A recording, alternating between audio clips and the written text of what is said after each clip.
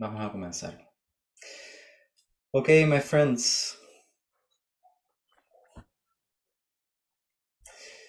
Welcome everyone to this new conversation in this series of Reimaginar lo Humano, reimagining the human. We haven't had one of these in a while, and it's such an honor and joy to reconnect with you all and invite my friend Rick Hanson. So I'm super happy to have you here, Rick. Thank you for accepting the invitation. It's a pleasure, Gonzalo. You and I are friends. We have had adventures together, and I'm very happy about reconnecting. And I feel honored to be included in such a gathering of wonderful people with a heart of practice. Thank you. Just as a brief introduction, I know that many of you know Rick, but I'm going to introduce him briefly. Rick Hanson is a clinical psychologist and a neuropsychologist. He's a senior fellow at UC Berkeley's Greater Good Science Center. And he is a widely read author. He has published, I think, 7 books. Rick, is that right? If I remember them, it's Mother Nurture with your wife, Jan, Buddha's Brain, 2009, around that time. Just One Thing, around 2011 or 2010. Then Resilient, is that right? Hardwiring happiness. Hardware of Happiness, Resilient, and Neurodharma. And most recently, one about relationships, creating great relationships, something like that. Yes. Thank you. And that was the best job anyone has ever done, remembering all my book titles. Thank you, Gonzalo. I must say I was revisiting them in the last few days for this conversation, and it's great, really. And something that I told people in networks these days when I told them about this meeting is that your book, Just One Thing, we met through that book because I asked you permission to translate that in 2009. Yeah. And that inspired a book that I wrote with some friends called Mindful Presence, something like that, with 52 practices and reflections. Beautiful. Yeah. So it's been a very inspiring work that you are doing. So he has a brilliant podcast which is called Being Well podcast, and he founded the Wellspring Institute for Neuroscience and Contemplative Wisdom a while ago with Rick Mendius. What else? He's been meditating for a while. I think you started meditating in 1974, so almost 50 years ago, and mostly in the Theravada tradition. Is that right? Yeah.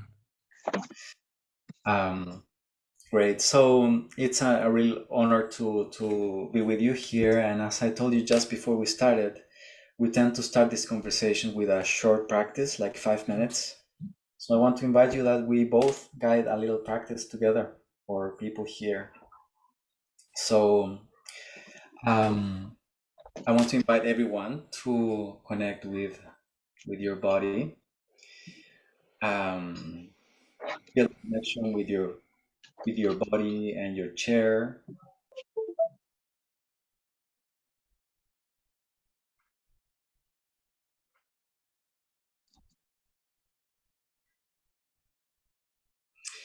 And feel how your back is straightened a little bit, and you can open your chest, relax your shoulders,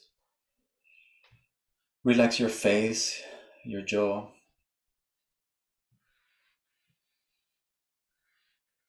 And let's say together about 4 or 5 deep breaths, inhaling through the nose, exhaling fully through the mouth.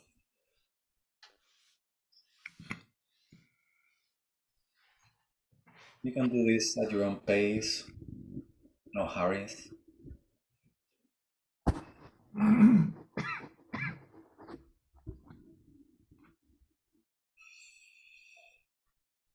And as you do this, feel your mind and body getting together and present here.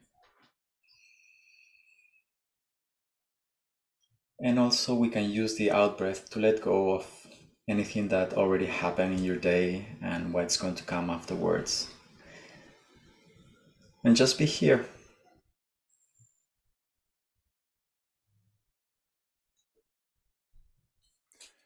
And you can have a feeling of breathing in the area of your heart.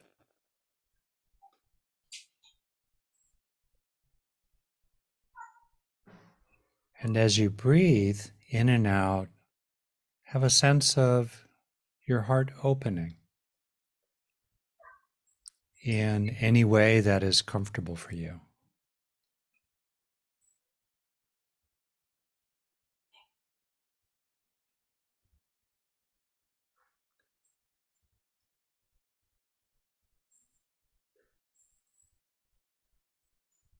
Opening to a mingling of sensations and heartfulness.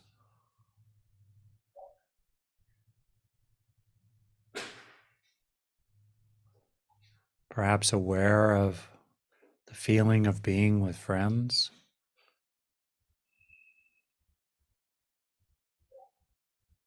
Perhaps a sense of compassion or kindness.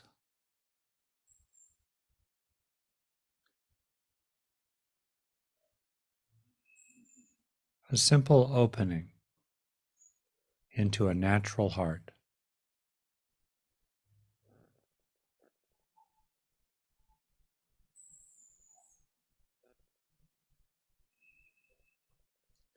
With a widening awareness of others who are with us now in this gathering. Perhaps separated by distance and still together. A community of the heart.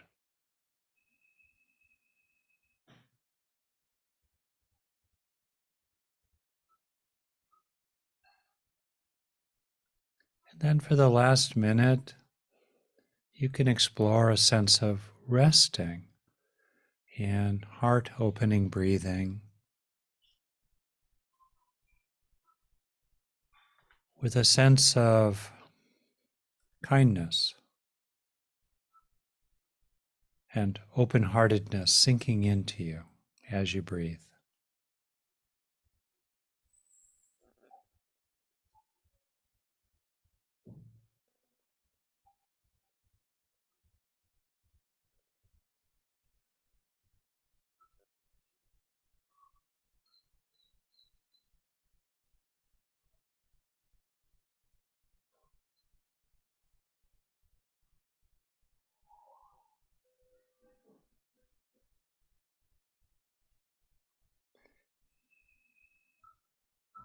You might have a sense of resting in love, as love spreads inside you, establishing itself in you.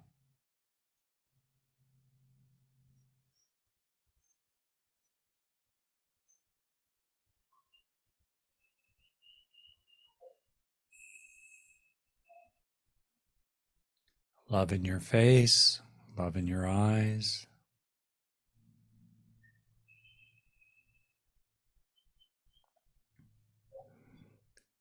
And as we finish, letting your eyes come open and seeing some of the other good people gathered with us here, including my friend Gonzalo.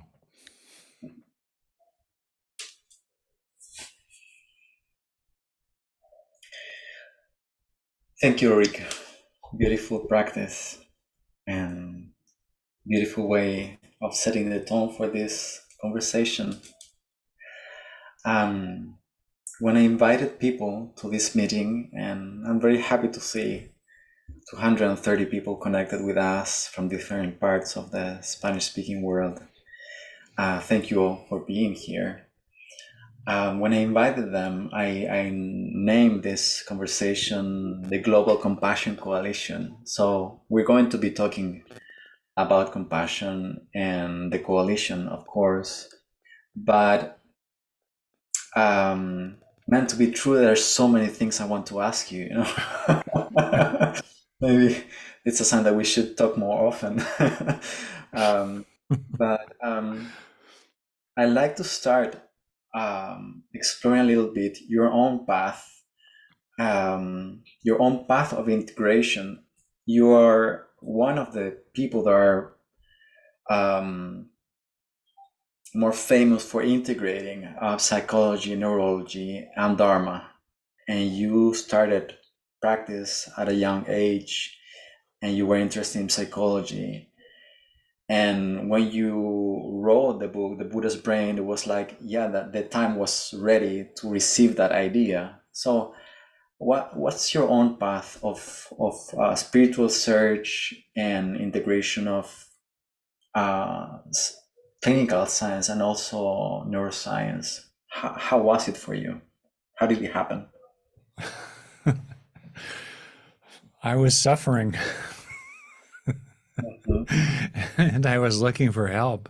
And I also cared about other people and I was looking for what would be helpful for them. And I have always been interested in borderlands. Mm. And borderlands, the land and the sea, or the sea and the volcanic vents in the bottom of the ocean, or east and west, or science and spirituality, English and Spanish. Mhm. That's where there is much excitement and where much life can happen. And so it seemed to me natural to be interested in the borderland, the coming together of mind and body.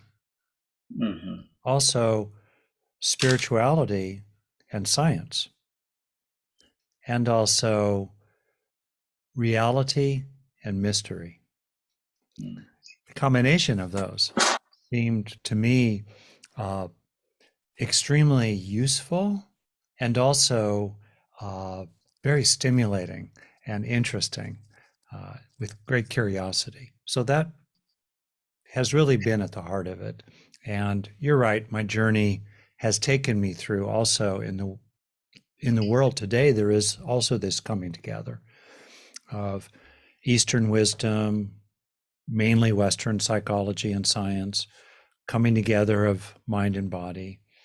And just at the level of personal practice that I really explore in my book, Neurodharma, which kind of starts where Buddha's brain left and goes pretty far. Um, just to know that right now, as we listen here, or see, or remember, or think, those experiences are being produced by billions of cellular and molecular processes right now. Whatever else might be transcendental, that's maybe what else, but for sure, wow. And when you realize, as you know, Gonzalo, that our oh so important, me experiences are being impersonally constructed by this enchanted loom of the brain, to use that phrase, it helps you take it less seriously. It Mhm. helps you lighten up about it. And it also makes you practical about how can I use my mind to change my brain, to change my mind for the better, to help other people too. That's been my journey. Mm. What would you say is the contribution that science adds to Dharma and what the Dharma adds to neurology and science? That's a great question. the Buddha did not have an MRI. Ramana Maharshi, I think Jesus was pretty awake. Uh, Other people in other traditions. So it's not necessary, right? But Mm-hmm. still, um, science can refine mindfulness, because when you learn more about the, I will call it biological machinery, it sharpens your own vipassana, Mm. because you can start to notice things that the scientists have realized when they study the brains of humans and simpler animals like rats. For example, uh, central to Dharma practice is the distinction between liking and wanting. Mm. The feeling, the Vedanas, the feeling tones, the hedonic tones of experience, pleasant, unpleasant, or neither, um, are happening, but how do we react to them? That's where trouble begins, well, right? Well, deep in the brain, scientists recently have found that in a part of the brain called the nucleus accumbens, technically there are two of them because they're in the basal ganglia in the ventral striatum. No one needs to remember these words. I'm just saying them because I'm a nerd. Okay, deep in this little area of your brain and mine are these tiny little, I don't know, a cubic millimeter, maybe a little bigger, which can have millions of synapses, are little switches or little parts, modules that track liking and not liking, and also track wanting and not wanting. And when you start to understand more how liking, which is natural and no problem, can become craving, Mm. problematic wanting, drivenness, contraction, insistence, pressure, addiction, right? Or hatred, wanting not. Mm. When you learn more about the little physical difference between liking and wanting, it really helps you deepen your mindfulness, for example, of that particular kind of thing. And I think there are many other examples. I also think that understanding our common humanity biologically gives us a way to appreciate the deep similarities between practices from wildly different traditions that in their own way are each working with the body, and we can appreciate similarities in that way. And then occasionally Mama. occasionally brain science, oh, also it can highlight the really important tools. Mm. Like, in other words, in this, I think of it as the 10,000 tools in the psycho-spiritual warehouse. Which one do we use? And often, when you learn about what is happening in your nervous system, in your body, it highlights certain things that have been talked about by others, but have not really been emphasized enough. Mm. Like, for example, the deep importance of cultivating strengths inside and cultivating an open and joyful heart is really highlighted by the research on trauma and healing trauma and resilience. And so people like me have emphasized it. Somewhere else out there in Tibetan practice, or the people of the First Nations around the world, I mean, have contemplative traditions with much wisdom in them. The native people, the first people, you find that some technique has already been identified, but now you understand why it's so important. And then last, once in a while, brain science actually invents something useful and new, like neurofeedback. Mm-hmm. Mm. Sorry, that was a long answer. I'll be That's shorter in the future. no, just keep going. So what you're saying is that knowing how our brain works and how our body works heightens our awareness of what can be done, no? And maybe even even a faith based on evidence that I have these things that can be trained in a different way. I think that's the premise of neuroplasticity, or the gift of neuroplasticity is knowing that if I do new kinds of experiences, Yeah. I can shape my brain for the better. Yeah. That's right. And oh, we could talk for a long time. I will say just one thing that I have been very struck by, which is people can do it right now.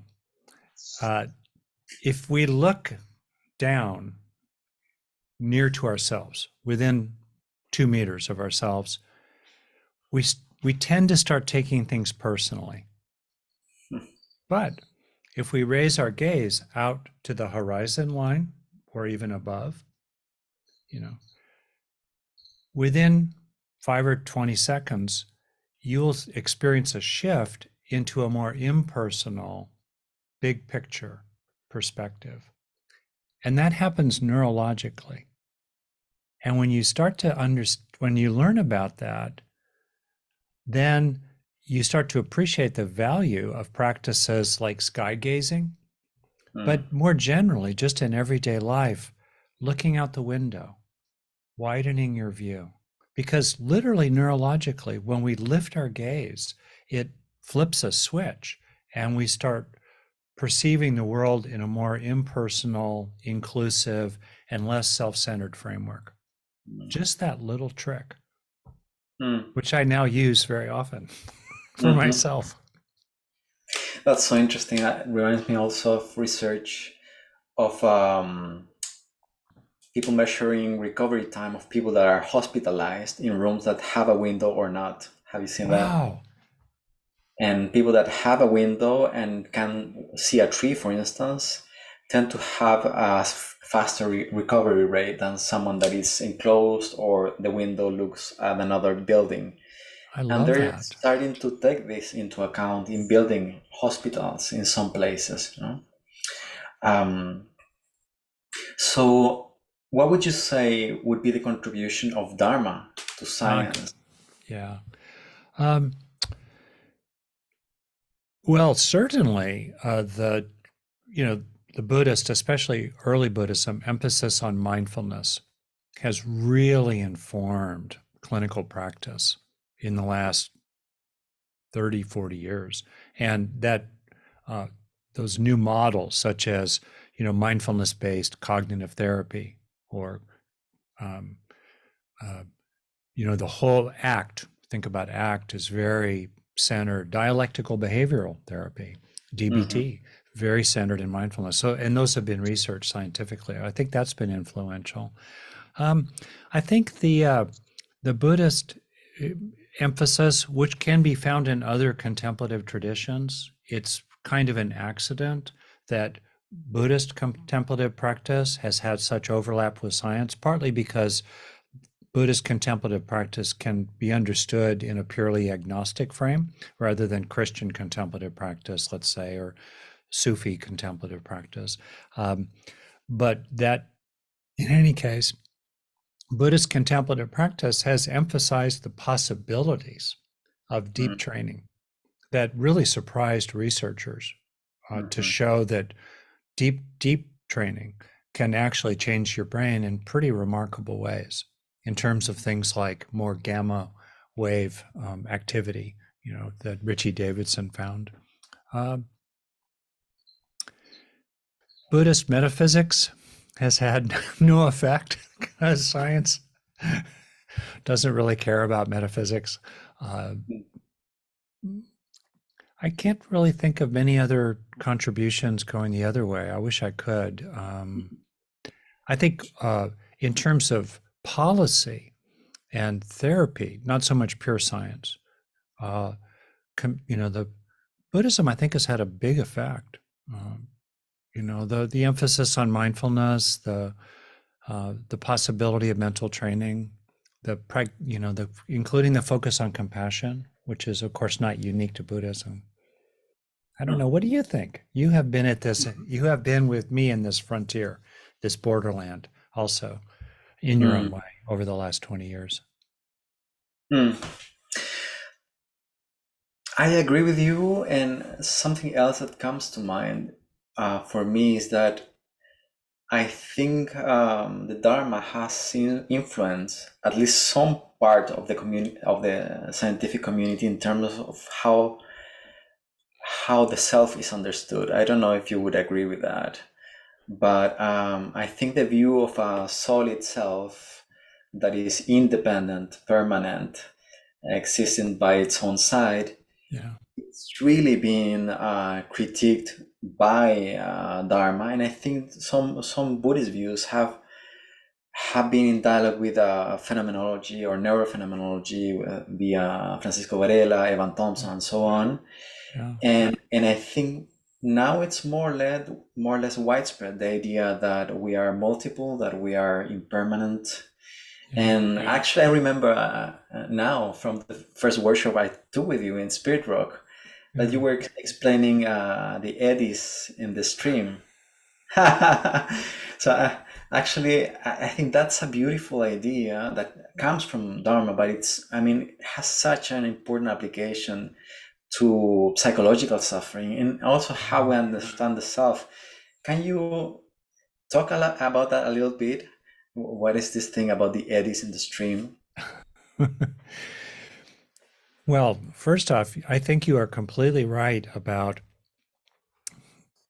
Buddhist deconstruction of Mm, the presumed entity solid self has definitely, I think, influenced modern psychology, which has then become scientifically studied. I think that would be certainly true. Uh, I what what what is remarkable is that the mental processes, the flows of our experiences, there is hearing, right? There are sounds, there are sights, there are experiences. We begin with experiences from which we infer the existence of an independent, objective, material universe. mhm, There are thoughts, broadly, and there are also things. Thoughts exist intangibly. Okay, so far? What is remarkable, and you know well, is that the nature of all thoughts and all things is the same. Wow. They are all made of parts that are connected and changing, and thus empty, shunyata, of absolute identity or self causing existence. They exist emptily. Wow. And a very powerful metaphor for me about that is to regard all thoughts and all things as like eddies, the EDDIES in English. I don't know the Spanish word, swirling uh, patterns in the river of The word time. is remolino in case it's not getting there. It's remolino. Yeah, the All eddy. right, I want to hear the whole thing. Remolino in the stream. What is it? Remolino en el agua, remolino en el río, let's Yeah. say. As soon as you say it, you feel it. You feel The the remolino, openness no? of it. Yeah. And you think, okay, um, out there in the world, we have, you know, a cloud, we have the earth, we have the solar system, we have the galaxy, we have, all of them eddies in a bigger and bigger stream. And in our minds, particularly when your mindfulness is more and more granular, you are able to track two or three things a second that are happening, right? But we can do that. You start to see different eddies of thought or desire or emotion or some sensation, somatic, images coming together, dispersing, coming together, dispersing. Eddies inside eddies in the stream. And for me, it's a very powerful, inclusive metaphor. Uh, all eddies disperse eventually, including this body. I was thinking recently about how many people I've actually known now who have died as I get older, and my time will come also. Um, you know, I and all eddies disperse eventually, one way or another, right? So to me, love the eddy, be the stream. Mm. That's fantastic. Love the eddy, be the stream. I think that synthesizes so well the two wings of the Dharma, no? Wisdom and compassion. Yeah, very nice. Yeah, beautiful, beautiful. Yeah.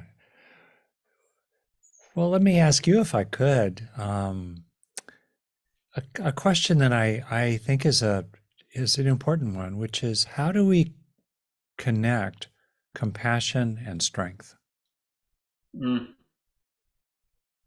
It is pretty straightforward, maybe challenging to be compassionate. It is pretty straightforward to be strong, including for social justice. How do you, Gonzalo? Because I know you do. How do you combine compassion and strength?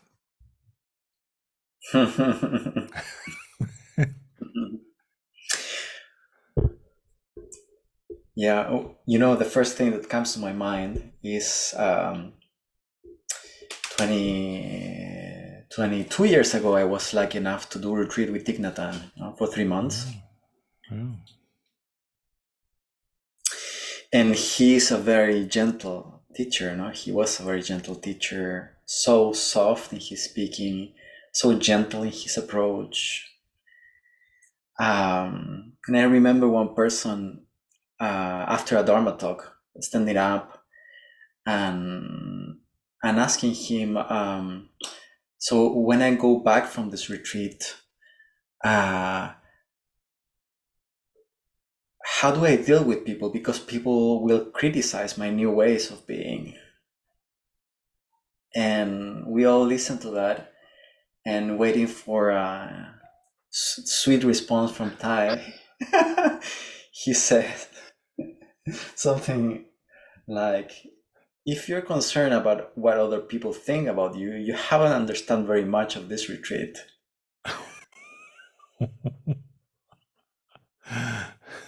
So that was like a Kyosaku in the Zen tradition. Yeah. Like we felt like, oof. I don't want to judge or idealize the answer by Thich Nhat Hanh. He's a human being.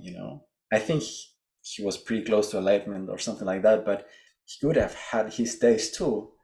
But what remained from that situation was that compassion is not always soft. And in my own experience, sometimes when someone has been confrontative but not aggressive, has been very helpful to me.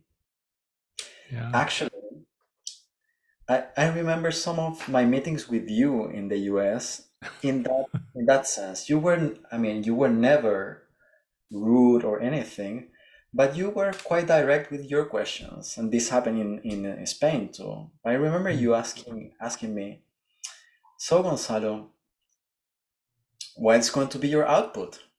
I remember that question.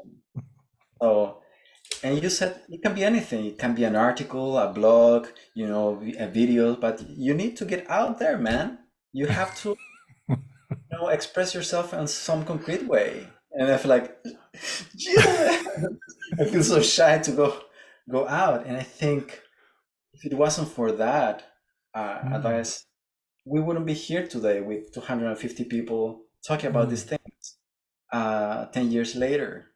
Yeah. So I noticed that a quality of a good teacher and a good spiritual teacher too is that the motivation is always there to be of help, but it's not always soft or warm or fussy, but sometimes it can be pretty, I would say, intense, clear, but then it's not that they remain in a certain state, but they know their eddies in the stream, so they can flow from a more wrathful expression to being very gentle at this next moment, like the Dalai Lama, that I've seen him like connect and cry, and the following moment he's laughing like a child.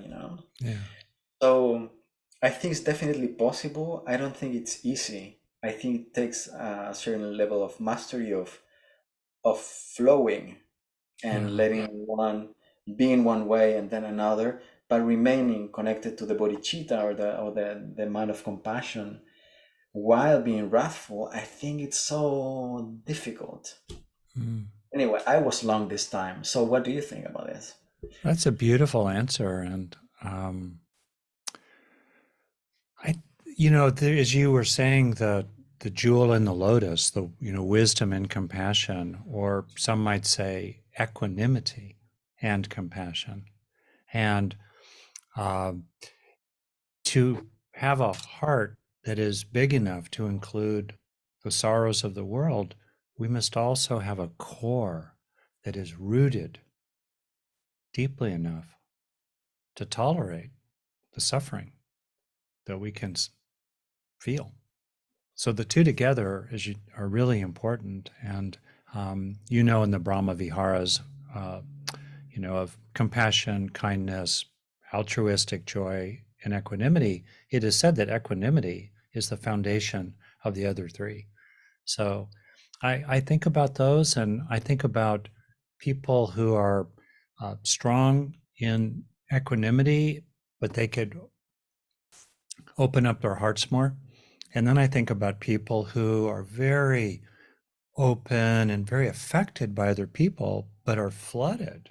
And so then they lose their ability, like sometimes therapists or people who work um, in countries that are full of trouble, let's say. It's hard to keep working because you're so overwhelmed.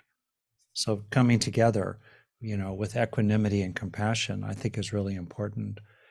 Uh, I'll tell you a personal story about myself briefly. I was talking with my friend, and I consider her a teacher, also Tara Brock.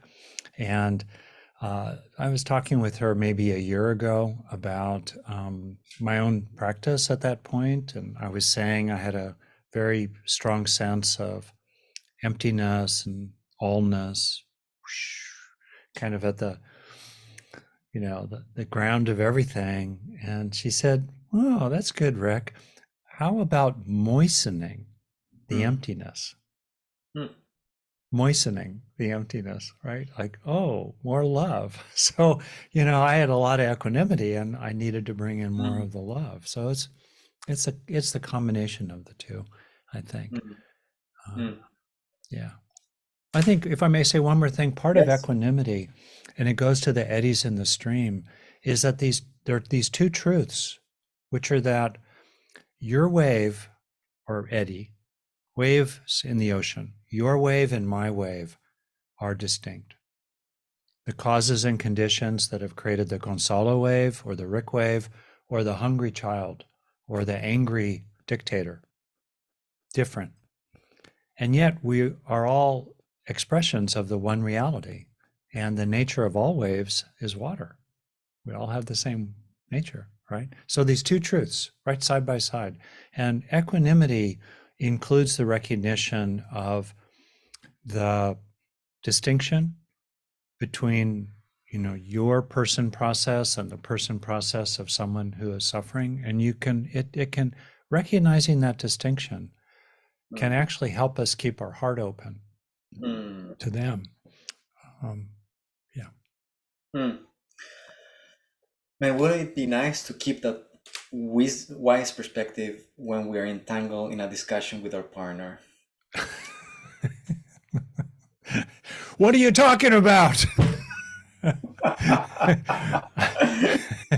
Because I think we are all wise until we have a discussion with our partner or Oh yeah. brother or Oh man. daughter or Yeah. whoever it is that pushes our buttons. So I want to Yeah. bring you a little bit there before we Oh go to yeah. more global Yeah. compassion. So how do you stay open and moistened? Yeah. And how do you keep this view that we are not solid selves, that we are impermanent, and that when we are hurting and when we are attached to views and when I Yeah. mean, everyday life with other people is complex. Institutions are complex, families are complex. I mean, we are complicated beings, as my teacher Paul Gilbert says. We have tricky brains, Yeah. and we have although we have a compassionate instinct, we have also a dark side that is quite powerful. Yeah. So, how do you bring this kind of insights to the relational arena? Oh, yeah. Well, I have been married 41 years and I am still learning. Respect. And so much to say.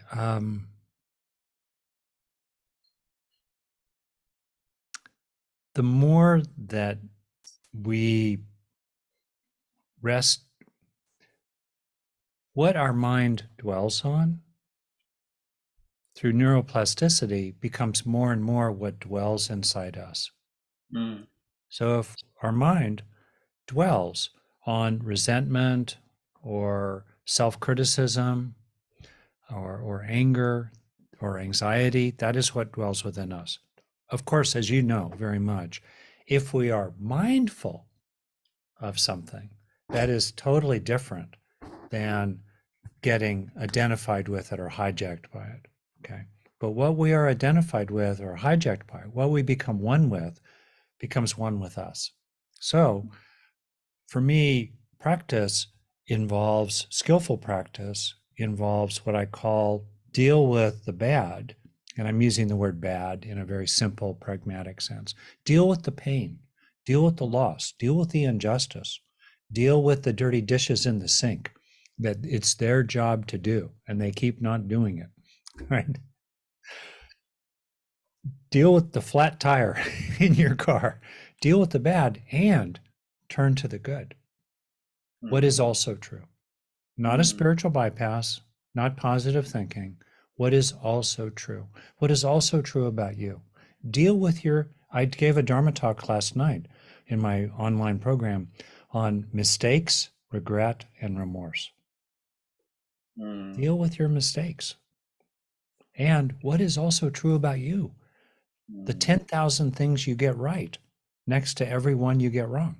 What is also true? What is also true about the world, reality? What is also true? Turn to the good. And third, take in the good. Because as mm, you know, we have a negativity bias, making our brains like Velcro for the bad and Teflon for the good. So we need to deliberately help the good to land inside us, not because we are craving it, but because we are wise and we are kind to ourselves and we are appreciating what it takes to grow the strengths inside that can help us deal with the bad more effectively. So for mm, me, that's contextual. And the more you do that, then the easier it is to be with, of course, mm, other people who are challenging. Um, I will tell you maybe two things I don't know that I do.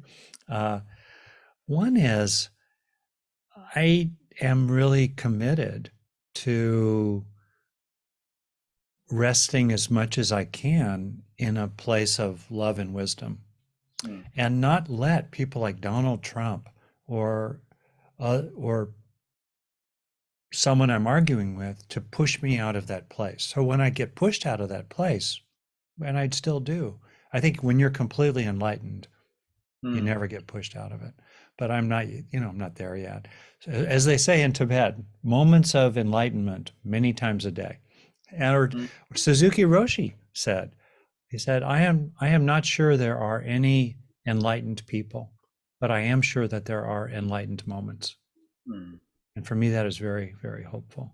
Anyway, so and because I care about that fairly quickly, personally, I think you do too, I try to disengage from my reactions. I want to disengage from them.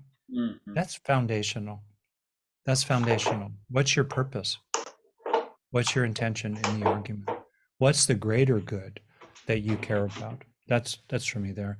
And then last, um, it's important for me to not put people out of my heart. mm, I may have to put them out of my business or my government. I may take a big step back from them because I can see this is not good. mm, But do we have to close our heart to them? And that's been an important thing to keep the heart soft and open, even while being strong in whatever ways are necessary. Hmm. What do you Wow. think? I think that you're spitting gems out of your mouth at this moment. But yeah, I want to keep this in my mind of dealing with the bad, but and turning to the good. I think it's such a key point, and this made me think of the Dharma in terms of Yeah. realizing that the first noble truth is dukkha. Really, life is unsatisfactory in samsara. It's I want to talk about that though. Okay, okay. go Go for it. on. Go on. Well, I was just going to say that we Yeah. have to deal with samsara and dukkha and suffering, Yeah. but we keep a goal of heightening our awareness, our wisdom, and opening the Yeah. heart. In the same in trauma therapy, which is a point that you bring often, we have to deal with traumatic events, Yeah. of course, and processing them and so on, but also nourish the resources, and then we can Mhm. link the resources to the painful, the Yeah. pain and difficulties. Yeah. So it's because it seems that our mind tend to go to extremes. So everything is bad, or if you're pointing to the good, you're goody goody, and you want to put a smiley face sticker everywhere, and you're not dealing with reality as it is, because you're overly optimistic and so on.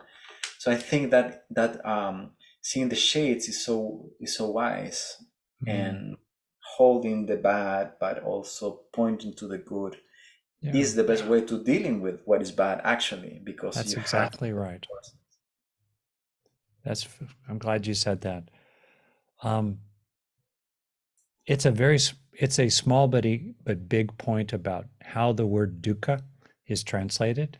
Mm, And in English, it has usually been translated as suffering, mm. which Also is in Spanish. that is completely wrong and against the Dharma. And I'll just explain. Dukkha, and this is for everyone, it's a practical point. It's not a technical, semantic, scholarly, small point. It's a big point because it's about the liberating possibility that the Buddha taught. There is dukkha. What is dukkha? Dukkha has three forms.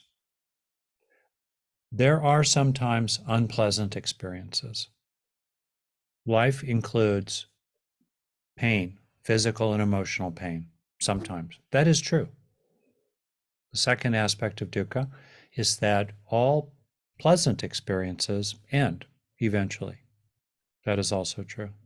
And third, all the stream of consciousness and reality broadly is empty of absolute identity and ownership.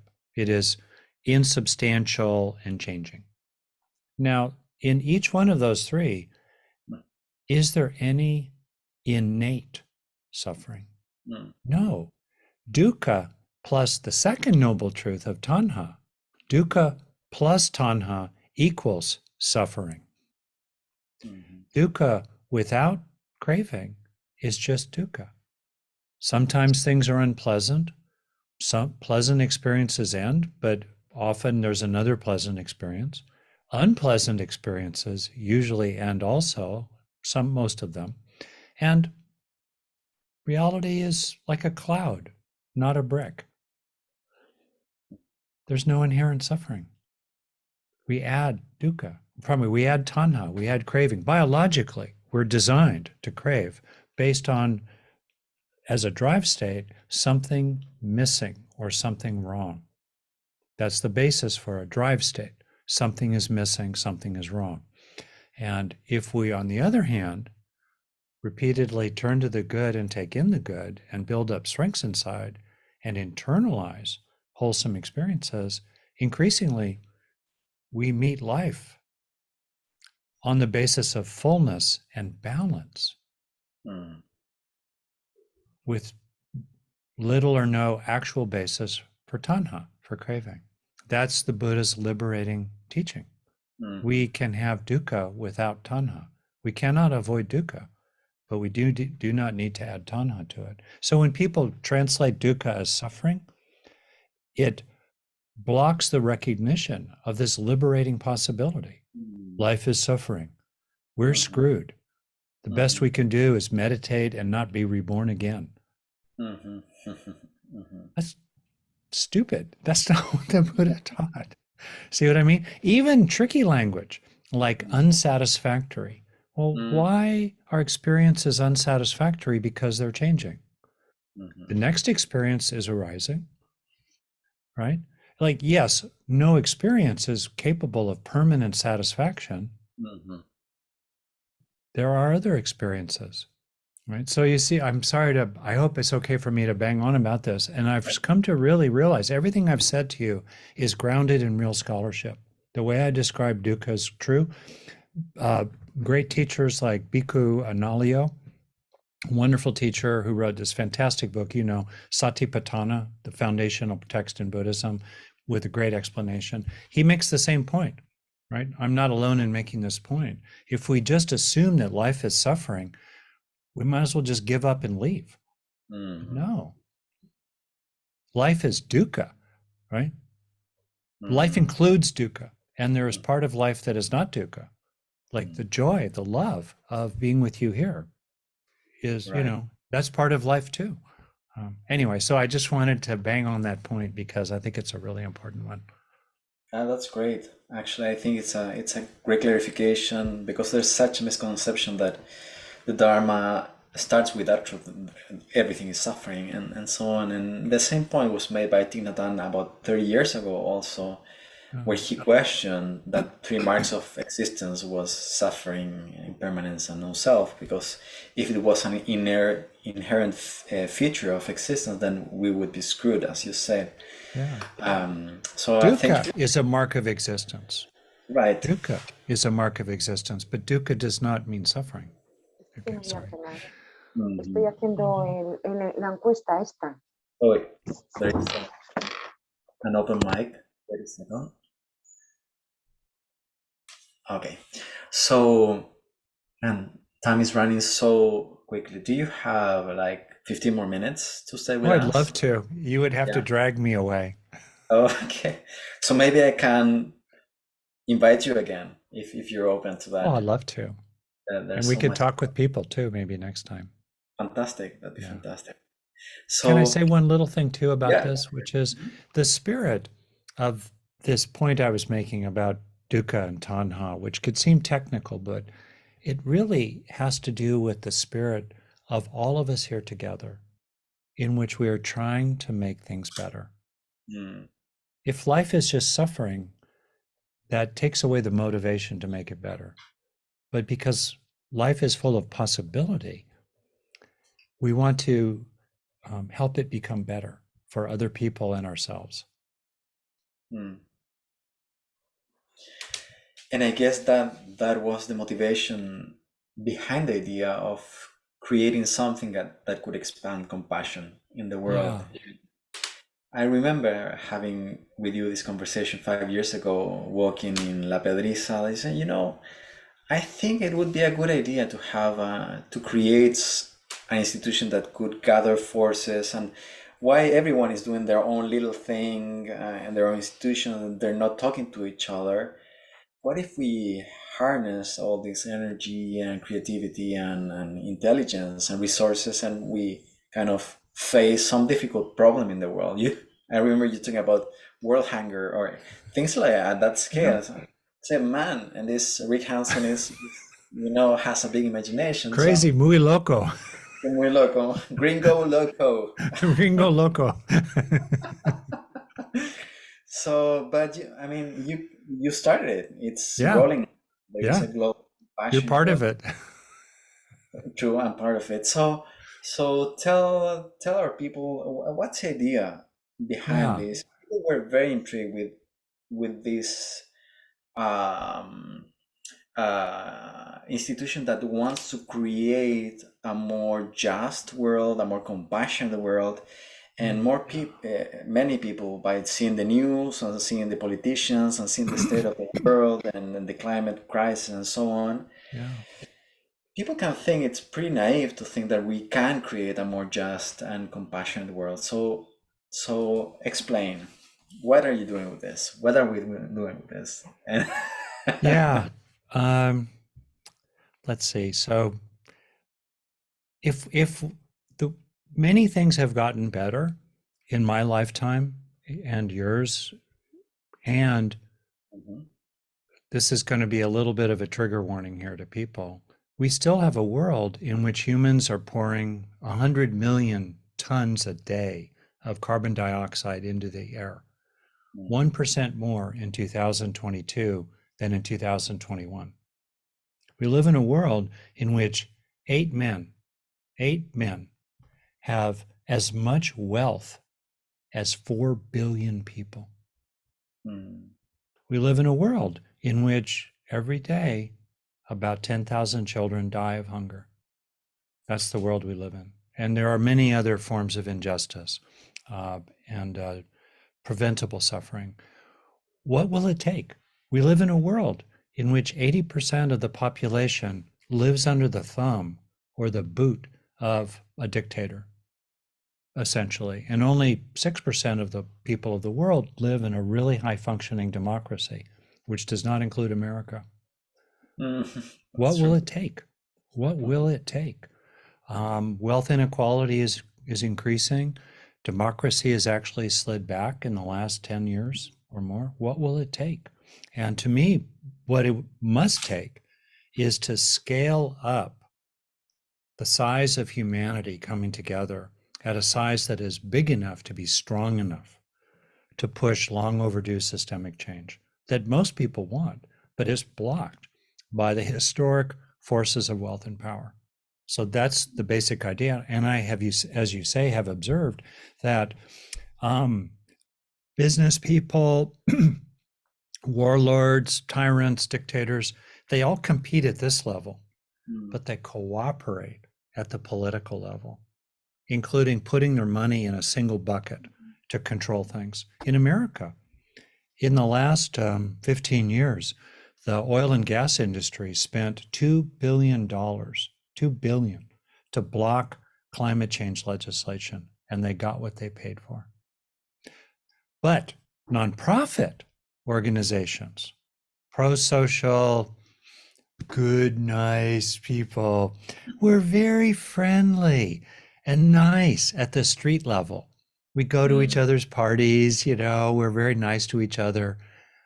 Almost never put their money in a single bucket big enough to make a difference. Almost never cooperate at scale. And there are a few examples that are, and which show how effective it can be when you form a big coalition. So that's the idea. What we are trying to create a new commons, a new kind of global commons, in which millions of people and organizations who are very different from each other, but care about one thing. They care about suffering, and they want to relieve it, which includes changing its systemic causes. One thing. And that's the hope, to do that. And for me, it might sound crazy, but really, it's the normal human politics. Because normal human politics evolved in hunter-gatherer bands. And in the 300,000 years that people like you and me have walked the earth, and even our hominid bands before that, their bands were organized, unique among all primate species, hundreds of primate species. Those bands were organized on the basis of what Paul Gilbert has called caring and sharing, which is compassion and justice, because you need both. Compassion without justice is soft and ineffectual. Justice without compassion is like a harsh, punishing parent. You need both together. Anyway, that's what's normal. What's normal is for people to care about each other and to have compassion for each other and to be fair and just. In hunter-gatherer bands, that was maintained, but just 10,000 years, we've had agriculture and surpluses in large populations, which blew up the conditions for compassion and justice. And it's been pretty much Game of Thrones ever since for most people, right? I have the privilege of being born in 1952, a white man in America, in a middle-class family. I have had many privileges. For most people, it's been Game of Thrones. So anyway, I have, as you say, been meditating a long time, especially the last 30 years. I've been pretty serious the last 30. And the older I get, the more peaceful I get and the madder I get at the state of the world. And I've just had it. And I think a lot of people have just had it. A lot of young people have really had it up to here. But what's the word? Is there a word in Spanish, Italian? Like basta. I've had it, I've had it. And I think it's time for the people who've had it to come together for the greater good, not to join some authoritarian, some so-called populist dictator like you see sometimes happening, but to really come together strongly. So that's what the vision of the Global Compassion Coalition is. And everyone is welcome. It's free. We're happy to receive donations. We need to keep the lights on. I'm not paid. No one pays me a penny. It's good to keep it going. But the more people we are, the stronger we are. And that's what it's all about.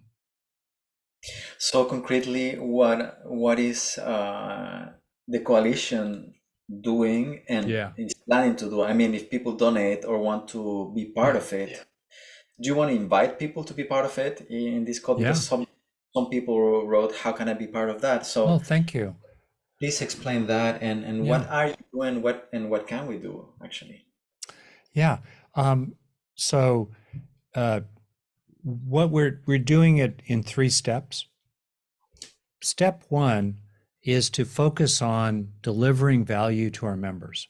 So the coalition is about the study, education, application, and advocacy of compassion. Compassion being a benevolent response to suffering and wanting to change its causes. Okay, so we have a growing website. We have a good events program. We have interest groups like compassion and psychotherapy. We are reaching out more. We're just beginning. We're about 4 months old. So it's a big thing we're trying to do. We're just a little baby right now, but we're growing. We're starting to actually walk, which is good. And so we are enabling our members to have easy access to research, to programs around the world. We celebrate our members. We tell people what our members are doing. So we have a section that's for training organizations. We will have a growing section in Spanish on our website. And and also we support people collaborating with each other and experiencing community with each other. And then increasingly coalescing resources for the greater good. So those are the first stage. That's just the first stage. We will have compassion conferences, compassion prizes, compassion heroes, compassion journal. We think we will help to create or found different coalitions like the International Association for the Study of Compassion, which we're interested in developing. Things like that. That's the first step. That will probably take us for the first 2 or 3 years. And then as we get to be big enough, I'm extremely interested in developing a very powerful and effective influence campaign into culture and politics that is funded well. Imagine a $10 or $100 million a year budget to reach out through social media to youth around the world, to use entertainers and athletes to get past the censorship of the dictators, and to, like in my country, America, use very patriotic themes of the flag waving and the wheat blowing in the wind, while stressing the fact that we need to come together. And we are Americans. We don't like dictators. We left a king. We do not want to elect a new king, right? So but clever. So that's very powerful. And then on the heels of that, in the third stage, as you kind of said, our vision is to really go after a flagship project, a major project with 100 other, at least, large NGOs that focus on one thing. Let's get one thing done that will force greater civil society in its wake, because that's the fundamental problem. The fundamental problem is about power. In our hunter-gatherer bands, the power of the few was regulated by the many, right? We have right now unregulated power and great concentrations of wealth and power. For example, as a fact, over the last 50 years, roughly, the carbon industry worldwide, oil, gas, petroleum, carbon, 50 years, had daily profits every day in excess of $3 billion a day. Mm. All that profit, buys tremendous power, right? In just one area alone. So anyway, pick a flagship project. Who could be against feeding all children or educating all girls, not just some boys, right? All kids. Or cap the climate change at 1.5 degrees centigrade, which is the realistic possibility by the end of the century. That's as good as we can do, probably. And God help us if we go past that, which we are racing toward, right? Pick one goal and say, boom, we want to go after one thing. And, I think that would change the course of human history. So for me, I think it's time to think big. That's where that combination of strong and compassionate come together. I can see in the chat, people are referring to the Charter for Compassion.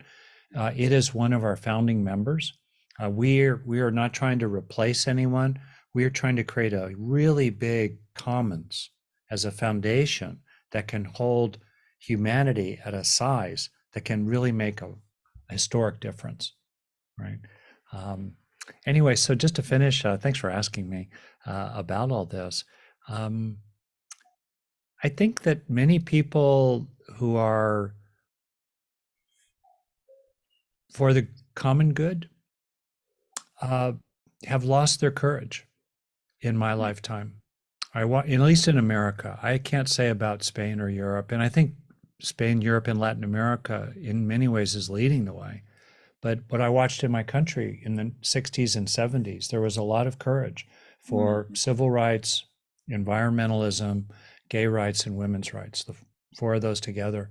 And then in the mid 1970s and the 80s and onward, the personal and the political split apart. We've had a lot of personal evolution in America, while politically we've gone backward. And for me, it's important in the world today that people who care about the common good have the courage to think big by the end of the century. How do you want it to be? Do you want children to keep dying every day from hunger? Do you want to finally say, make the change we long for, right? So let's think big. Let's be brave. That's it. Heart is courage. Cor, right? French. I don't know. Heart. We need to have heart and to really envision the world that we could have together. Coraje and corazón, no? 2 words in Spanish for you. Coraje is courage, corazón is heart. So coraje in Español is also linked to the heart. Yeah. Rick, we have a hard limit in 2 more minutes. Okay. We need to finish this. But there's so much I want to talk with you about. I hope you accept the invitation again sometime in the future to come back to the place. It's so inspiring, and personally, I really want to thank you for being this person who is bridging worlds. Usually people that do meditation don't think about necessarily global change or climate change and don't think about money or creating institutions, because people like me interested in spirituality, we are very lazy. So we need people like you thinking about these big things.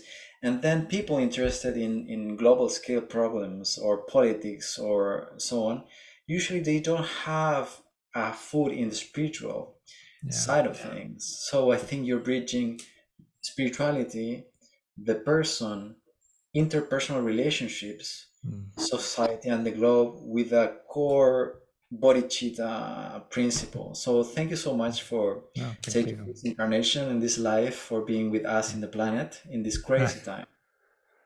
It's been such a pleasure to talk with you today and reconnect. I admire you very much, and I'm very thankful. Same for you, Gonzalo. We will connect more. Thank you. And blessings to everyone. What a beautiful group. I could see some of the comments coming in. I have poquito español, so I could kind of sort of understand some things. And I'm very glad to be here and very grateful to the organizers and to Manuela. I think translating is one of the absolute hardest things in the world to do. So thank you, Manuela. Fully agree. Thank you, Manu, for translation. Thank you, Marcial and Alvaro, for technical help. And thank you for the hundreds of people that joined us today in this meeting. And we'll be reconnecting in this space this year with different guests. I hope we can have Rick again. Many people are saying in the chat, bring him again, please. There's so much to learn from him. So, thank you very much. Gracias a todos del corazón y nos vemos en un próximo Reimaginar. Un abrazo. Big hug to you, Rick. And Thank you. Thank you, Manuela. so, I'm going to unspotlight us so we can see everyone before closing. So, and so you can have the gallery view and see everyone here. And pueden abrir el micrófono y decir adiós, lo que quieran decir los que están aquí. Adiós, un abrazo. Muchas gracias. Hasta la próxima. Gracias. Que estén bien. Gracias.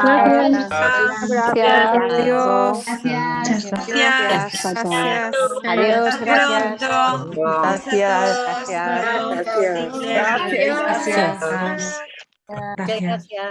Muchas gracias. Tremendo desafío. Muchas gracias.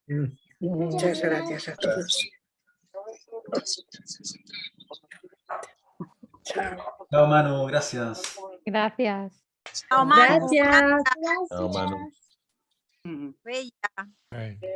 Chao, Gonzalo. Chao, chao. Ush. Chao. Gracias, Gon. Muchas gracias. Gracias, Gonzalo. Gracias.